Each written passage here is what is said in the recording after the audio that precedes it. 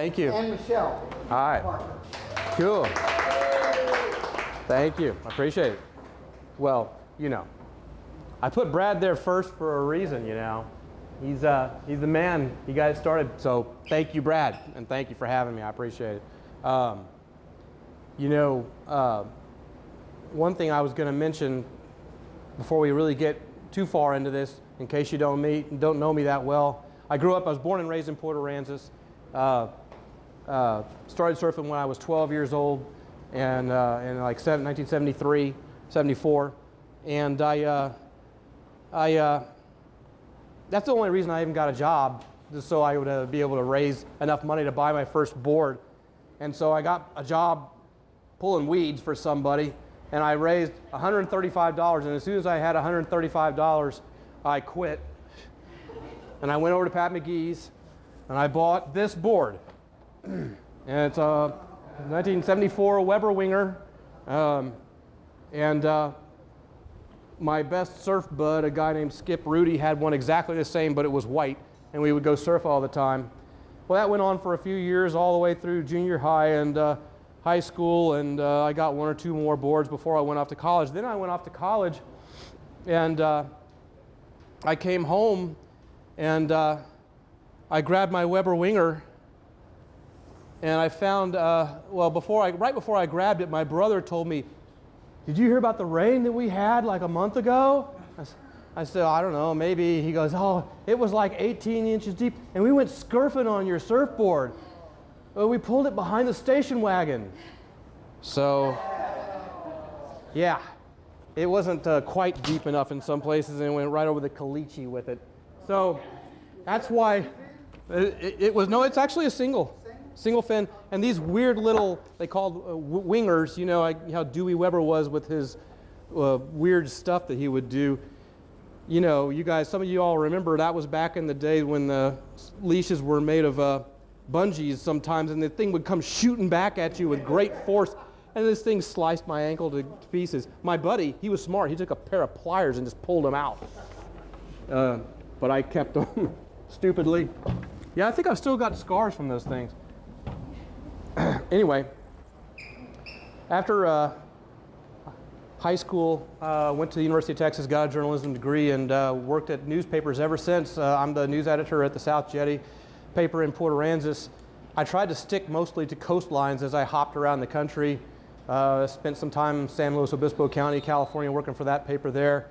Lost my mind for a couple of years, worked in Tulsa, Oklahoma at that paper. Got really dried out. Went to Charleston, South Carolina, back on the coast again. Had a great time there. Then took a job with the Caller-Times in 1994. Met Michelle, who was a photographer there, and we got married. It was not long after that that Brad contacted me and Michelle, and this was just as he and Pat McGee were pulling this thing together, and with this fantastic, amazing collection of boards that they had amassed.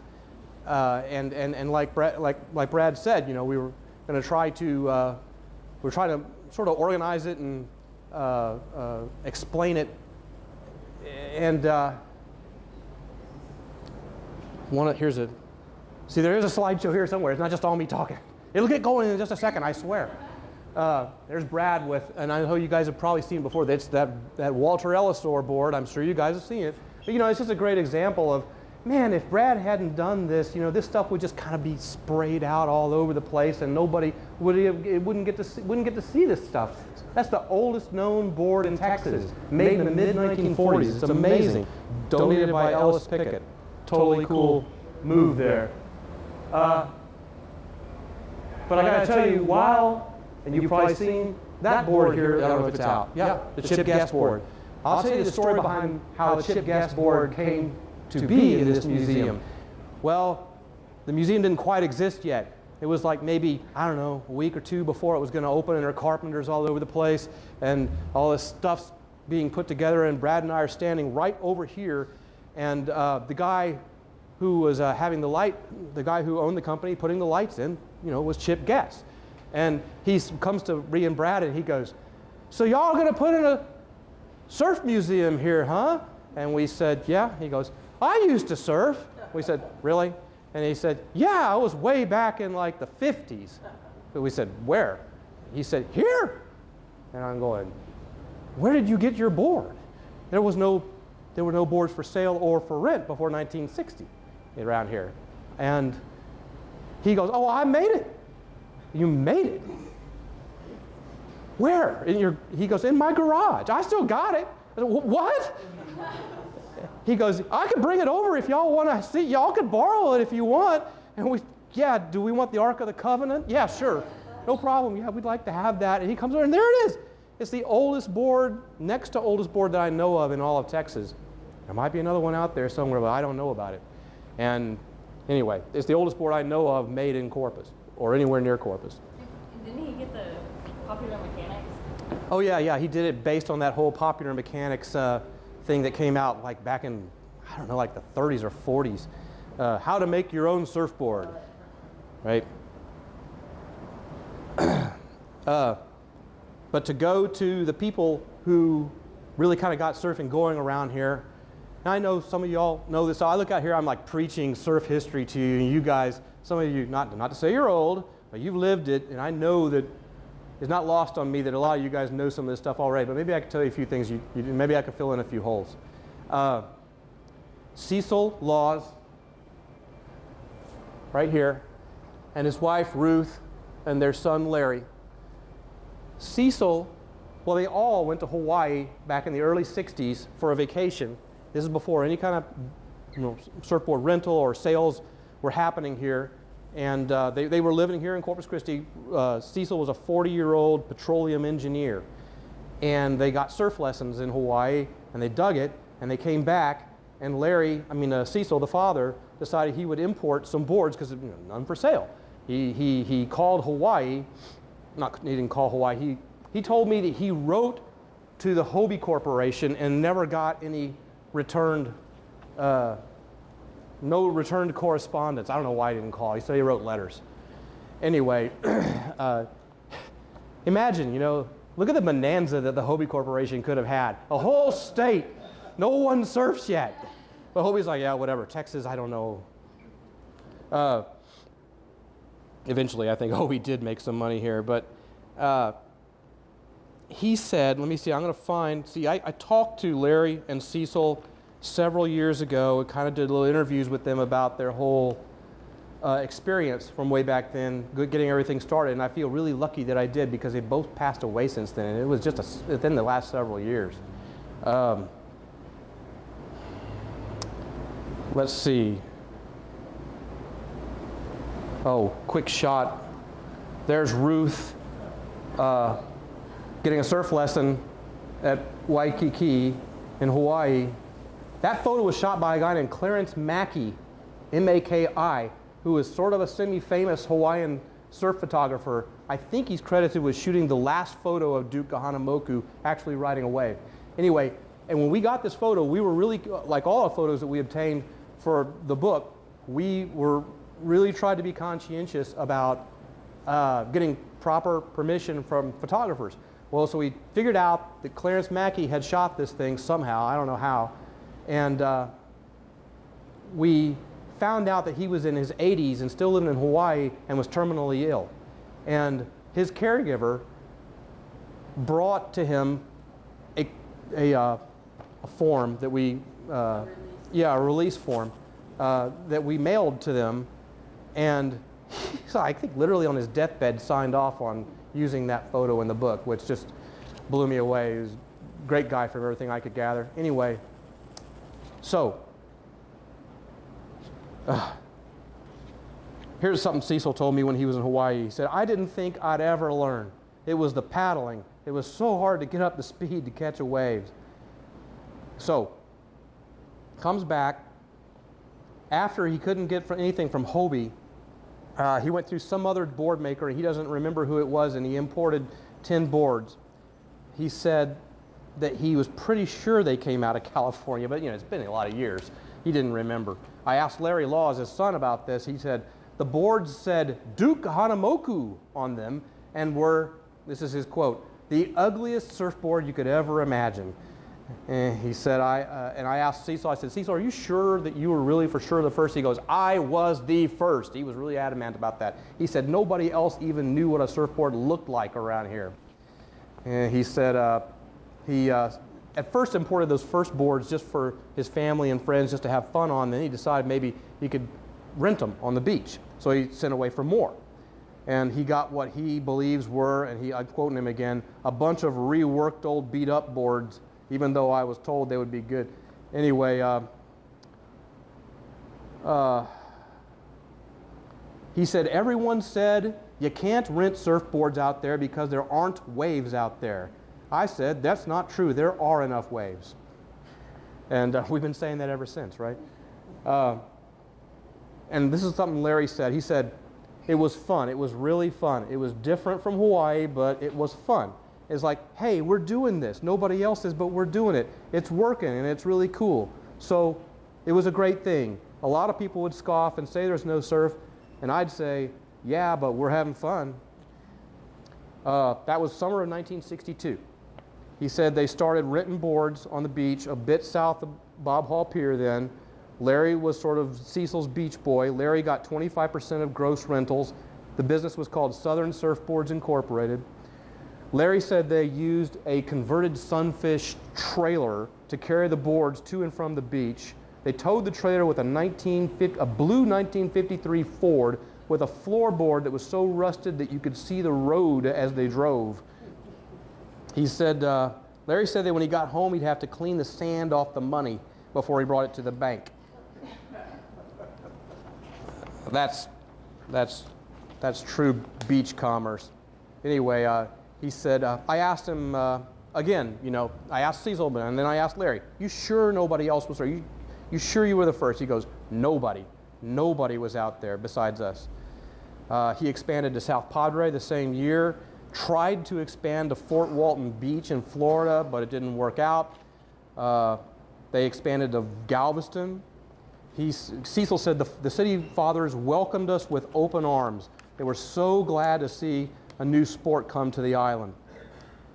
He thinks it was in 1963 that he called a paper in Galveston and arranged for a photographer to come out and shoot a demonstration, a surfing demonstration he would put on. But for some reason, I guess Cecil didn't want to be the one riding the board, or maybe he wasn't good enough yet, and he just grabbed some teenage girl he had never met on the beach and said, you need to ride this surfboard. And according to Cecil, she said, I can't surf. And Cecil says, well, you're going to learn real quick. And he pushed her into a wave, and she stood up, and the photographer shot a photo, and bam, it was on the front page. So that's how he, I guess, the first bit of Texas surfing marketing. He finally stopped renting boards in 1967 or 68. And here's a quote from him. He said, it just got so cutthroat renting surfboards. Competition was everywhere by the mid-60s. At his peak, he said he had 75 boards, rented them on Galveston, North Padre, and South Padre. He said, I made one hell of a lot of money. He said he netted $20,000 in 3 months in 1962. 1962 is not bad. He went on to own Larry, the son, went on to own a mortgage company and was president of a couple of securities firms. He died in 2009 at the age of 61. And when I asked him about how he looks back on that time, renting boards on the beach, here's this guy who's been in high finance and stuff, he goes, I've never had so much fun. I've done some neat things. It's been something of a fun career. But when I look back, I'm going out there and watching the sun come up and hanging out on the beach as a teenager, meeting great people, going home at the end of the day, toasted by the sun. It was a great life. It was kind of the age of innocence. Things were still good. I look back on it, and it was a great ride. So, as we know, after that, surfing starts to explode. That's a board rental little place on Avenue G in the mid-60s in Port Aransas. Anybody? Larry, what do you think? Anybody have any idea? I really don't know who was operating this one.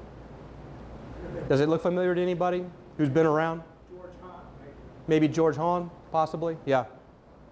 Some of these, some of these photos have been a little bit of mystery, and I'm going to ask about y'all if you remember some of the people in some of these photos, because even after a lot of efforts, Michelle and I still don't know. Now, this guy I do know. That is George Hahn in his little surf shop at the corner of. So this you can see on the photo there, December 1966. A little place called Island Surf Shop at the corner of Station Street and Beach Street. Not long after that, the Hahn family sold that to the McGees, and Pat McGee established his first surf shop there, not counting what he had on the beach. He had a little shack there. But and then Pat started his empire in 1969 there. Continuing on, I'm going to keep these going in like kind of chronological order from the 1960s on to present. My notes say unknown person with innovator board, but photo provided by Pat McGee, so I guess Pat couldn't tell me, but I wonder if that's David Lowe in the photo. Do you think maybe Mr. Ulrich? I bet it is. Yeah? It kind of looks like him, but for some reason Pat didn't know at the time, it seems like. Might know her? Here in Corpus Christi, Donna Slaughter, 1964, posing with her board here. And she learned to surf while visiting California in 1961, and her father bought a few boards there the same year and brought them back to Corpus, which means Donna was surfing here actually before Cecil and Larry started renting here. So, they say nobody, but the fact is you don't really know, that somebody has a board all their own and going off and surfing on their own. I mean, we don't know. It could have been military guys passing through in the 1950s who were from California and surfed a few times and then left. It's the past is hazy. It's hard to tell for sure. Who's first.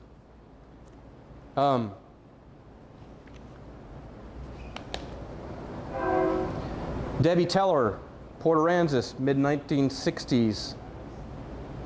1966, actually. John White, here in Corpus, one of the earliest guys surfing around here, made his own boards too, I think. He was valedictorian of Ray High School in 1965. A really tragic thing, he was murdered while he was a student at the University of Texas in 1969. He was picnicking with a girl, and some guy, a bad guy, ran across him and killed him, and he was sent away to prison, and he was still in prison as of the 1990s, best I could tell. I'm not sure what's happened since then, but really tragic.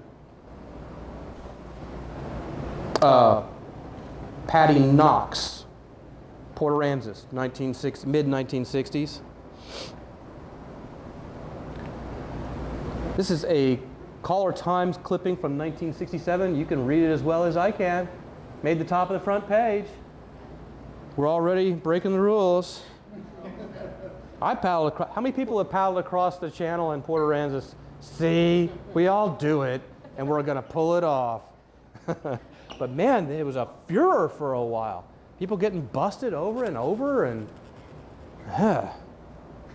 I called the Coast Guard one time just because I wanted to be on the safe side. I said, "Is it against the law to paddle across?" And they said, "Well, we don't recommend it." I said, "Yeah, but is it against the law?" And they said, "Well, we don't recommend it." Okay, there's my answer. It's not against the law.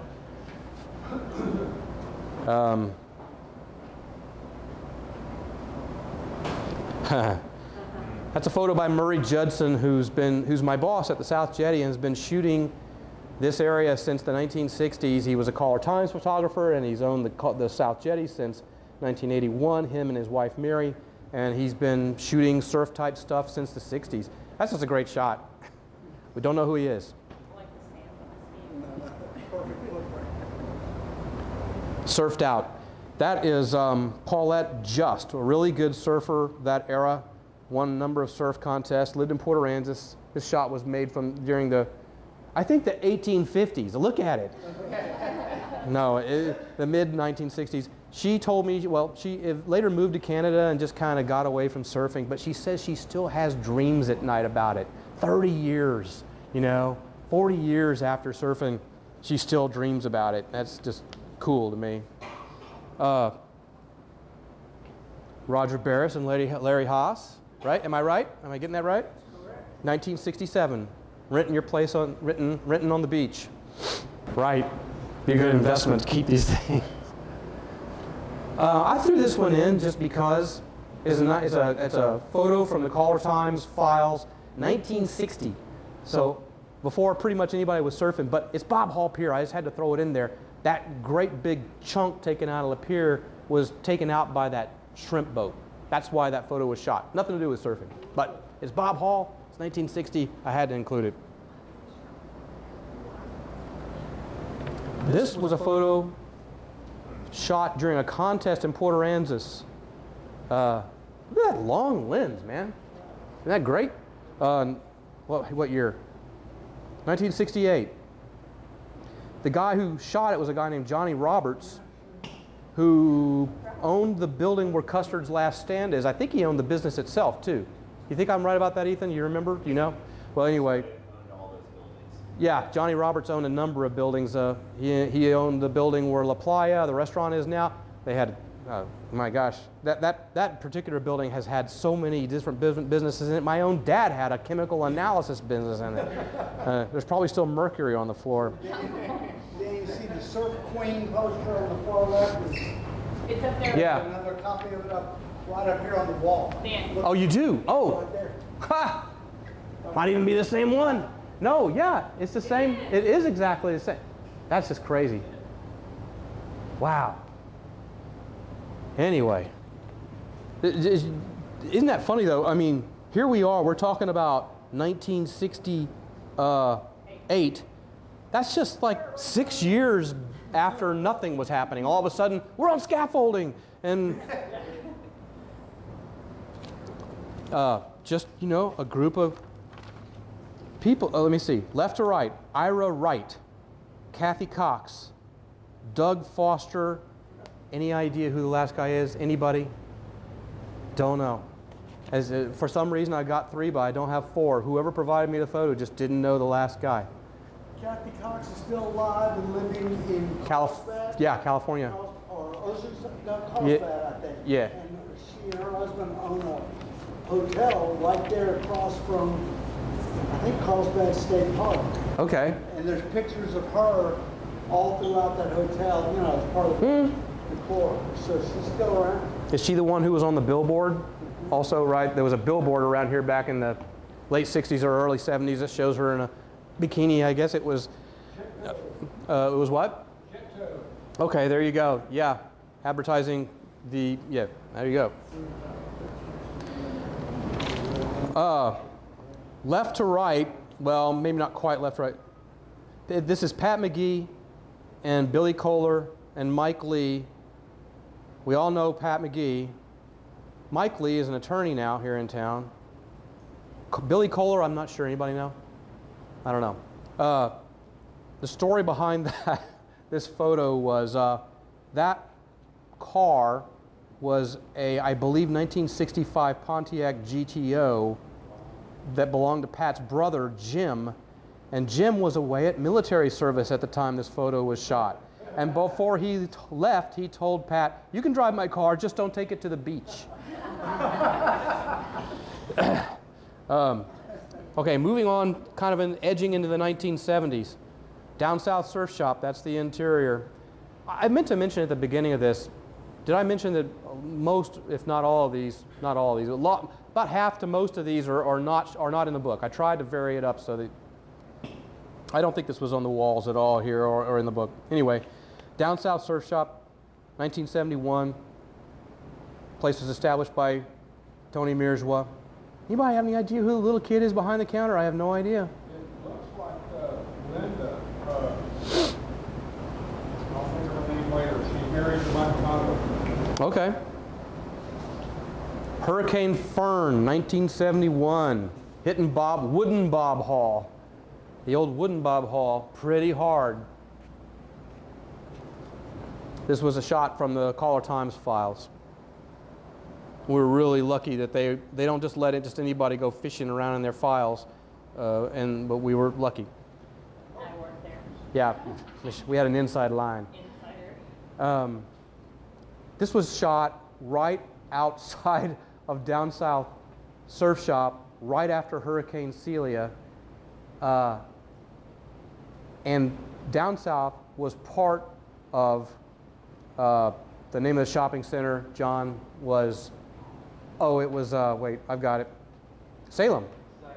Yeah, because it was owned by Joe Salem. That's Joe Salem laying there on the ground. Tony Mirzwa, who told me that, who provided this photo, he told me that Joe Salem had no insurance on the whole place and had to pay for all the repairs out of his pocket.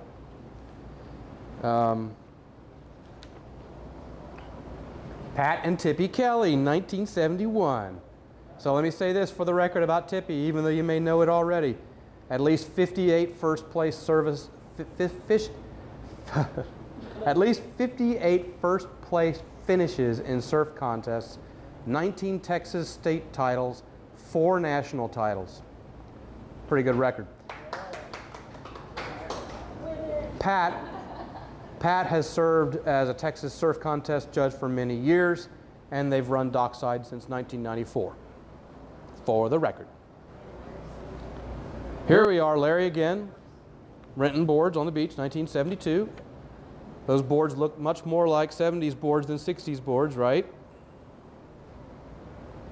Horace Caldwell Pier, back when it was wooden. That's George Hawn and a girl I don't know. George couldn't remember who she was. And no profane language. Oh yeah, no profane language. You goddamn surfers! Right. Yeah. Since we're going to get into the whole law enforcement, let's go ahead and get into the law enforcement thing. This great guy named Doug Kinsley provided me with a number of photos from the early 70s, including this one. Just lots of great surf shots, but a number of them including the whole law enforcement angle. People are always getting busted for surfing too close to Bob Hall Pier. This guy's actually standing on the seawall. I don't know what he's, what was bothering him, but that's where the photo was shot. Continuing on that track, acquitted. I don't know how he did it, but he did it. Robert Rudine, he went on to be a really good shaper of wooden boards. It's really high dollar, cool stuff. That is Doug Kinsley. I don't know who shot it because he's usually the photographer, but he told me that's him in the back of the police car. How you like the little cherry on top? Isn't that great?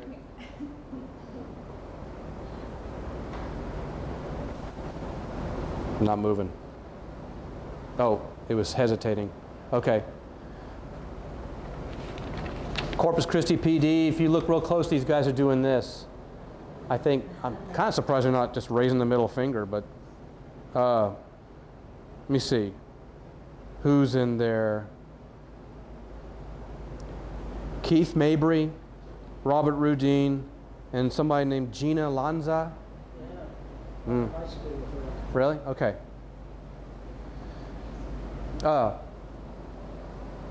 Caller Times photo, December 22nd, 1971. John Trice with the long, luxuriant hair there in the background. They were at a Nueces County Commissioner's Court meeting, and you can read it.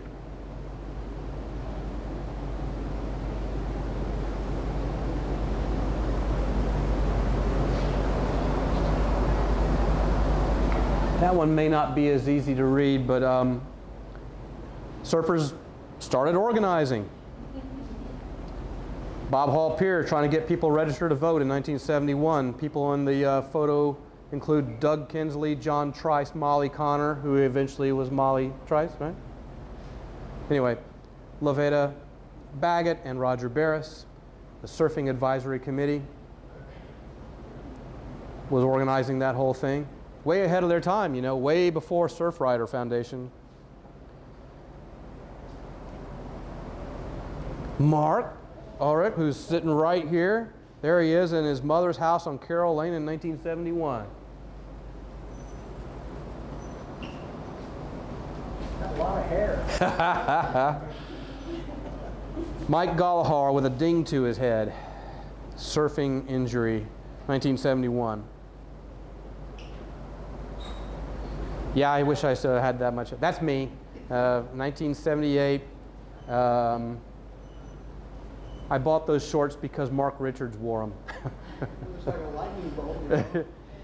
Yeah, it was a Robert August with a lightning bolt on it.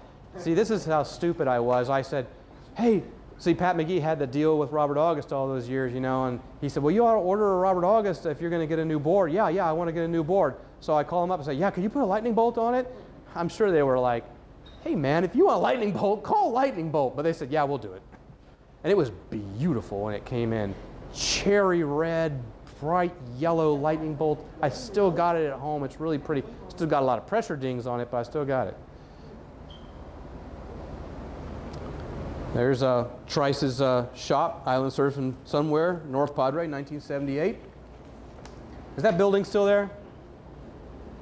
No, it's not. It was at Whitecap and, On the northeast corner of White Cap and Parker.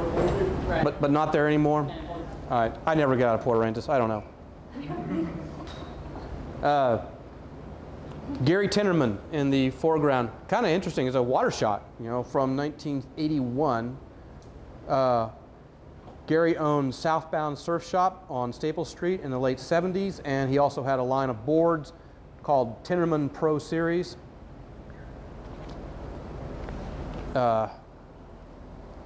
Again, there's Pat McGee's. Everybody remembers Pat McGee's, or a lot of you do.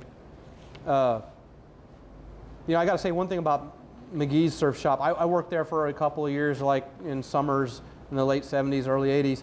And there was also a little ways down, you can't see it, but dockside, the other dockside, not the one, of course, Flower Bluff, but I mean Port Aransas, not owned by Tippy and Pat. Frank Floyd, 1978, Caller Times photo. Very cold day. Look at those gloves. The webbed thing going on at Fish Pass. Caller Times did some sort of story about surfing. You know, one thing I should say about Frank is, let me see, more than 20 state championships, and that's just the last time I checked. I'm sure he has more by now. And you know, he's been so active in the whole surf community. He's another one of these guys who deserves a lot of applause. Owned and run Wind and Wave since 1987. Moving on into the 1980s. From left, well, I'm not sure if this is right, left to right. Lewis Ross. Anybody know him? John? Anybody? Okay, one of these guys is Lewis Ross. Diane Matsky Griffith is the only woman in the photo. Jesse Fernandez and Ken Bradshaw. Ken Bradshaw with a beard, legendary dude. For those of you guys who don't know, he grew up, or he spent some of his early years, his first years as a surfer up on the North Coast, Houston, Galveston. Went on to, I think he spent some time in California, then he went on to Hawaii to become a big-time wave rider, big wave rider. And for a while, he had what was kind of acknowledged as the record biggest wave ever ridden. And let me see, I took this down. So this photo was shot at the Texas Offshore Pro on North Padre in April of '87.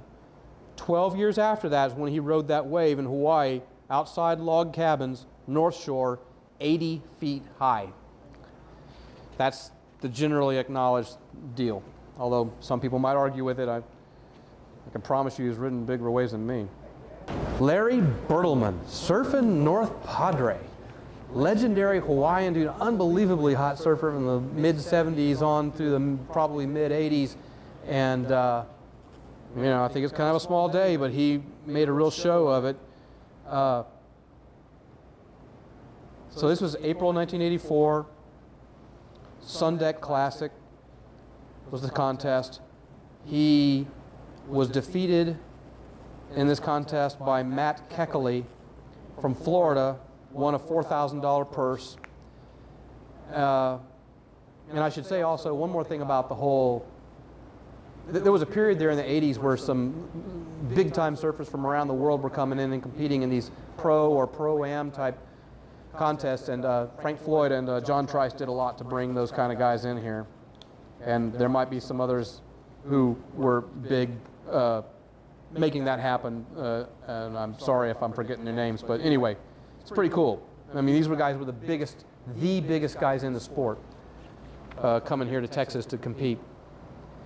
Speaking of very big guys in the sport, that's Mark Fu on the left, posing again with that lady Diane, who provided these photos to me.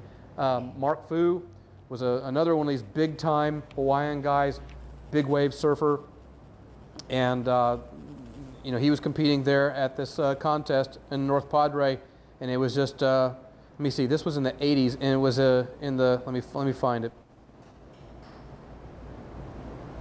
It was 1994 that Fu was killed in a big wave accident in at Mavericks in California. Kind of a freak thing because he'd ridden much bigger waves, but little Kelly Slater at North Padre. He was a teenager at this time and pretty much unknown except to, you know, for people who really followed competitive surfing. Not a world famous guy who transcended the sport yet. He was surfing in the U.S. Championships in '87, and guy who still lives around here, David Burkhart, shot this photo and provided it. I don't think, you know, David had no idea. He just knew that Kelly Slater was another surfer, maybe kind of a hot young guy, but that's it. Obviously went on to be one of the most famous surfers ever with many, many world championships. But on this day, he was beaten by a Corpus Christi guy named Jimmy Curry. And Jimmy made the U.S. surf team at one point and helped represent the U.S. in world competition in Puerto Rico. Oh, gotta tell you a quick story. When I was in, I don't know why I threw this in, I guess because it's the 80s. In the 80s, I was living in California. I was in San Luis Obispo, and I took a trip to Malibu to surf and hang out. And, you know, so that's in Malibu, and I'm the guy on the right. Yeah. We were all wearing little bitty shorts like that. I bought those at a Dead concert, by the way. You know, when you live in LA and you go to Malibu or just anywhere in LA, if you see somebody who's famous, if you're cool, you don't approach them. You just leave them. But I wasn't cool. So I walked right up to John Lovitz from Saturday Night Live. He's this guy, John Lovitz. You guys remember John Lovitz, yeah, that's the ticket guy, that guy. Yeah, that's the ticket. The compulsive liar, or what did he call him? I can't remember. Anyway, you're John Lovitz, aren't you? I say. He was actually really nice, and he put up with me for a few minutes. And we're talking. I told him I love, you know, my friends and I thought he was so funny, he's so great. He goes, yeah. You know, he said, really? You guys say that? I said, we always say, you know, that's the ticket. He goes, really? You guys say that? And I thought, oh shit, this guy's messing with me. I said, idiots like me constantly are walking up to you and saying this kind of thing, aren't they? And then John Lovitz does this totally John Lovitz thing to me. Right after I said that, I said, idiots like me are constantly coming up to you, right? He goes, yes. No, he was an okay guy. At least he pretended to be. This was sort of a rite of passage. Ethan, did you ever jump off this thing? I never did either, but a lot of Port Aransas surfers did in the ship channel. That's John Vossler and Tiger Witt up there at one. It was like, it used to be connected to the South Jetty with a walkway, but then the walkway, I think they did away with the walkway because they didn't want people jumping off it. But somehow guys found ways to get up on it anyway. It was some kind of like, maybe a water testing station or something like that, I'm not sure. Yep.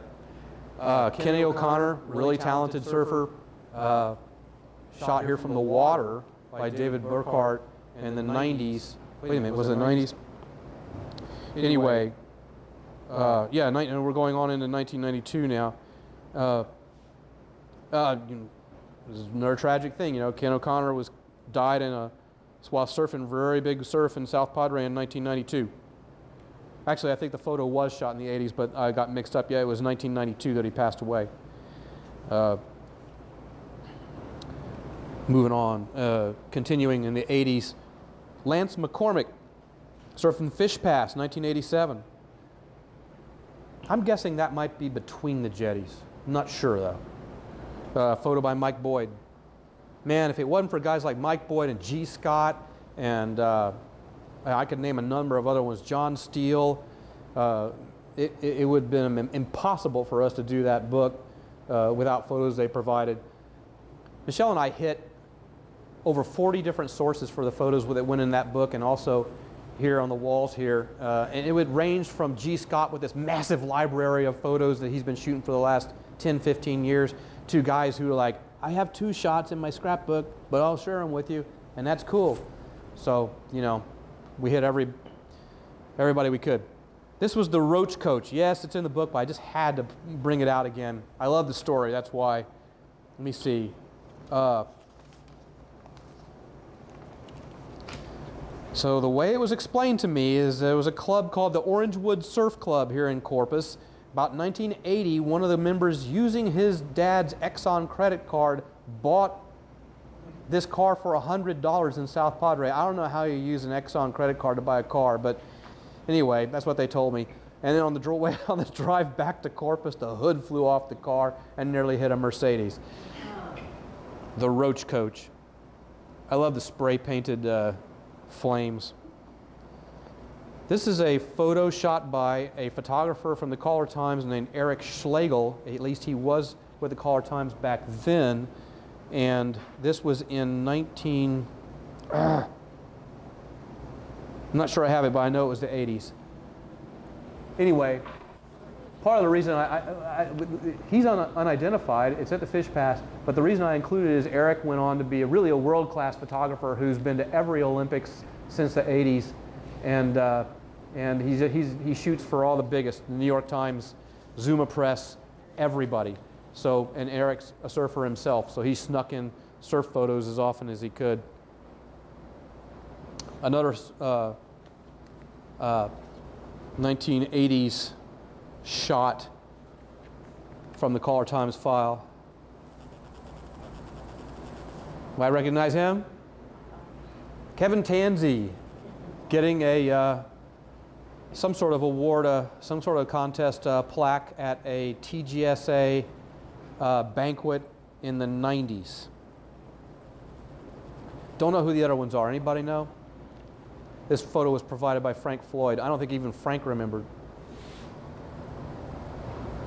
John Ovey! Yeah! Caller Times photo that went with a story about baby boomer surfers. It was in 1998. Fish Pass. Executive Surf Club Surf Team 1994, shot in Surfside. Anybody recognize anybody? These guys are all grown up now. I don't know. Jimmy Harmon, Lyle Brothers. Oh my, that was the very first onsite.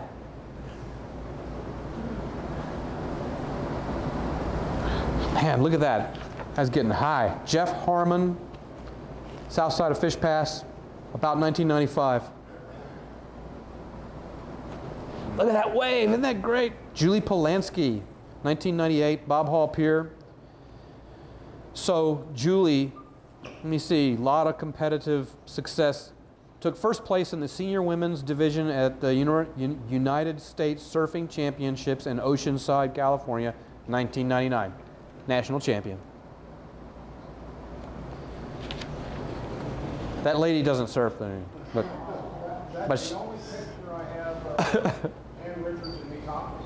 right, yeah, yeah. John provided kindly this photo. That's Duck hunting that day. really? 4 days. They'd been out redfish the day before, and that day she's out duck hunting, and we see 3 black LTVs drive by with the guys in the suits and the Ray-Bans. And then they spin around, and one of the guys in the suits gets out, and Ann Richards pulls up. And she goes, "Hi, go get the camera now."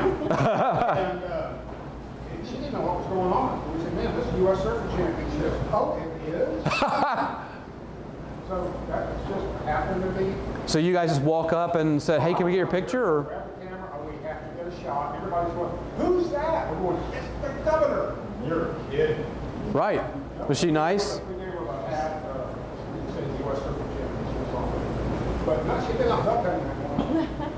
And there was a 40-mile-an-hour wind blowing that day in our hair. No, she was there for about 30 minutes. And we had a lot of the folks up there wanted to meet her. And there was very little surf that day that we weren't getting rolling. That is so cool. Suddenly the governor rolls up.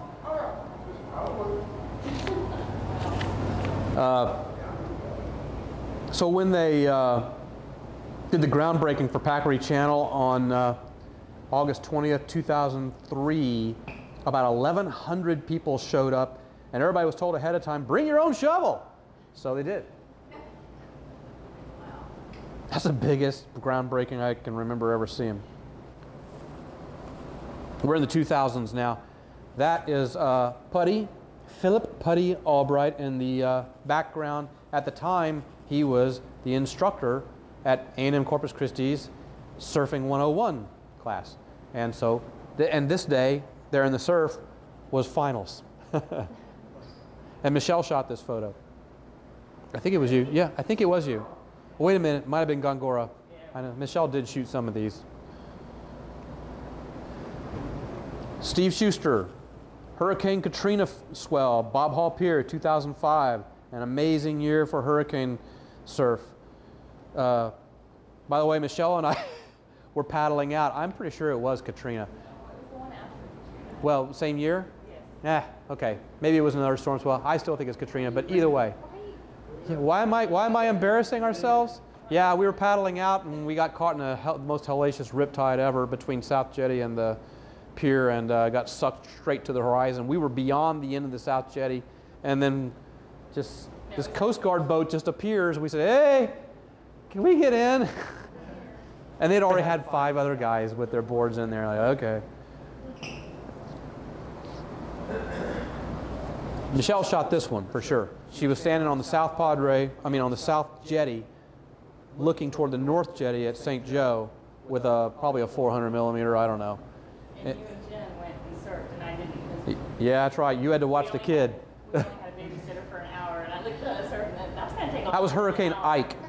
Hurricane Ike, and no, it wasn't Ike. It was Ivan, 2004. And man, I never surfed waves like that before around here. It was, I don't know. You start hesitating to call it 10 foot plus, but it felt 10 foot plus. And I mean, and those waves were so thick. It was amazing.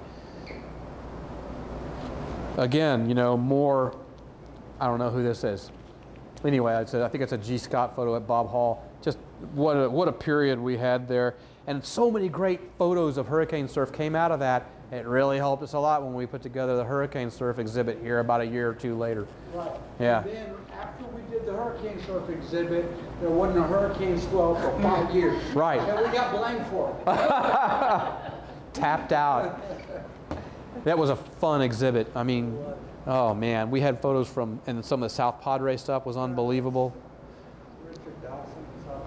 Isn't that weird? Doesn't that look like South Pacific or something? I shot that with a GoPro paddling out in Port Aransas during the Hurricane Gustav swell of Labor Day.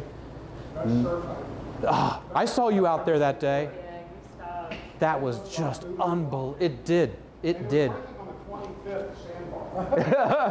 It was beautiful. It was unbelievable.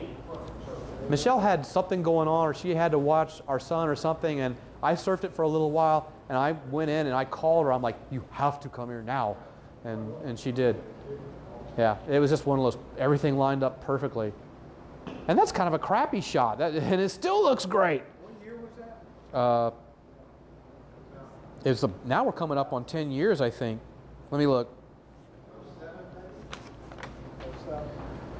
08. Labor Day, 08. I have a note here that storm started in the Lesser Antilles, moved over Cuba, and then hit Louisiana as a Category 2. So that's the track we want, right there. Louisiana gets screwed. Yeah, fine. No, not fine. Just don't hit us. I was hoping Gill would be here. Is he? No James Gill today? That's James Gill. Yeah. 2006. When I asked James about his earliest surf memories. He said that he, in 1962, and his friends made bodyboards out of plywood and painted them.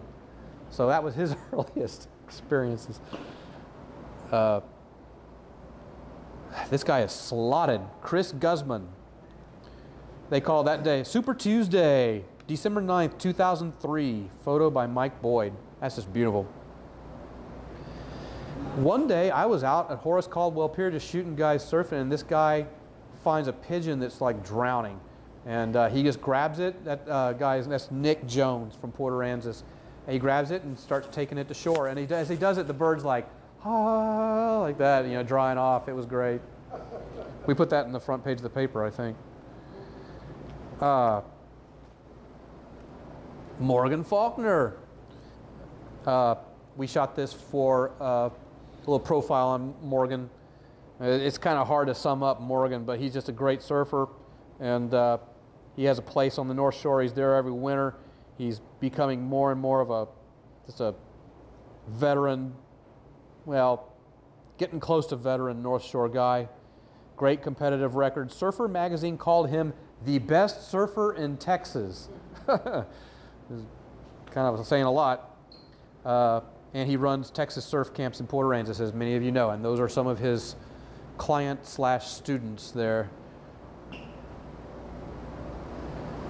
Yeah, how do you sum up Cliff Schlabach? All right. Started in the early 60s, won 4 state surfing championships, 1 state paddleboarding championship, president of the Gulf Surfing Association, co-founder of the TGSA, I think. Anyway, he's, of course, long been a contest judge, vice president of the U.S. Surfing Federation for 12 years, president of the Coastal Bend chapter of the Surfrider Foundation now. There's his wife, Roxanne. Plenty to say about her, too. This was shot in 1998, by the way, at Fish Pass. Standout surfer, worked surf contests for years, head tabulator of the U.S. Surfing Federation for 12 years, traveled the country to do that, and she won 2 state championships in the late 80s. You know, as we continue on into the 2000s, you know, surfers more and more around here gathering some political muscle. Here is Neil McQueen speaking at a press conference, sort of a rally. He at the time was president of the Surfrider Foundation, and this was a press conference during the Beach Access Coalition rally to get out the vote to preserve the right to drive on a certain chunk of North Padre Island. And continued sort of preservation of heritage. Mike Boyd shot this photo of one of the pilings having been pulled up from the old J.P. Luby Surf Park, and he saved that. He actually somehow got that piling over here, and it was exhibited here at the Surf Museum. And that's cool, you know, actual... The creosote smell drove off all. We couldn't hold a function in here. Really? Seriously, a banquet or, you know... What's that smell? So, Maybe it wasn't such a good it's in idea. the alley between here and the surf club, I think. Here, take this giant barnacle-covered carcinogenic thing. It's great. I loved it, but it reeked. Creation, we're coming back around. Creation of the Surf Museum. This was opening day, the very first day of it, ribbon cutting. Grand opening, 2005, from left, Liz Lomax, Joe Cisneros, who was a member of the Corpus Christi Hispanic Chamber of Commerce, Pat McGee back there in the back with the big old mustache, Wingnut, Robert Wingnut Weaver of California, who was there for the occasion, from the legendary Doc Paskowitz, who got started surfing in the 1930s in Galveston, if you can believe that. He told us stories, I just hope they're true. Watching a guy surf a wooden board, a wooden longboard, and a deaf lifeguard named Leroy Colombo surfing a wooden longboard in Galveston in the 1930s. And here's this guy's telling me that he remembers that. Whew, man. Then Mike Doyle, former world champion, and Robert August of Endless Summer fame, and Brad. So that was a great day. Huge crowd too. Speaking of huge crowds, we've had some good exhibits, man. We got people packing them in. You might even see some of yourselves in there. And sort of to wrap things up here, we got to remember we're celebrating the past. We're also showing kids the way as the surfer, as the future looms. This is a guy I know who, until recently, was living in Port Aransas. His name is Des Kidd and his son, Kai. Now they're living in New Zealand and surfing better waves than me. I hate those guys. Another, I gotta say, I kind of got it out of order. Back to the whole surf museum thing and the exhibits. This was the opening of the women's exhibit. Lady who just cut the ribbon there was Catherine Williamson, who ran a surf shop years ago up on the North Coast, up in Houston area.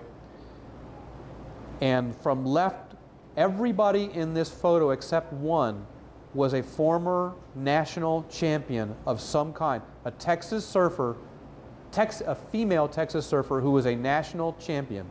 From the left, that's Julie Polanski, Tippy Kelly, Donna Self, Karen McKay, and then Jody Wilden Blumenfeld, who just kind of jumped in there, and Grace Clark Knowles. And finally, I was talking about the next generation.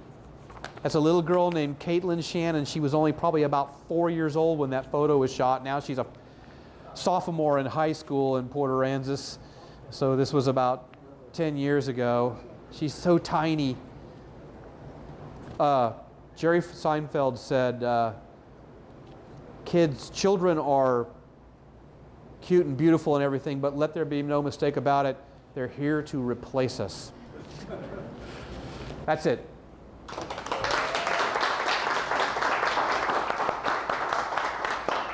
Thank you. Any questions? I mean, Dan? There can't be any questions. I already covered everything. Thank you very much for coming. I'm not going to have one next Thursday, but we'll stay in touch. This speaker series has been great for us, and I hope it's great for y'all. So watch your Facebook. Thank you for coming. I appreciate it. Watch your Facebook stock. Watch your Facebook. I heard about that. Thank y'all for being here very much.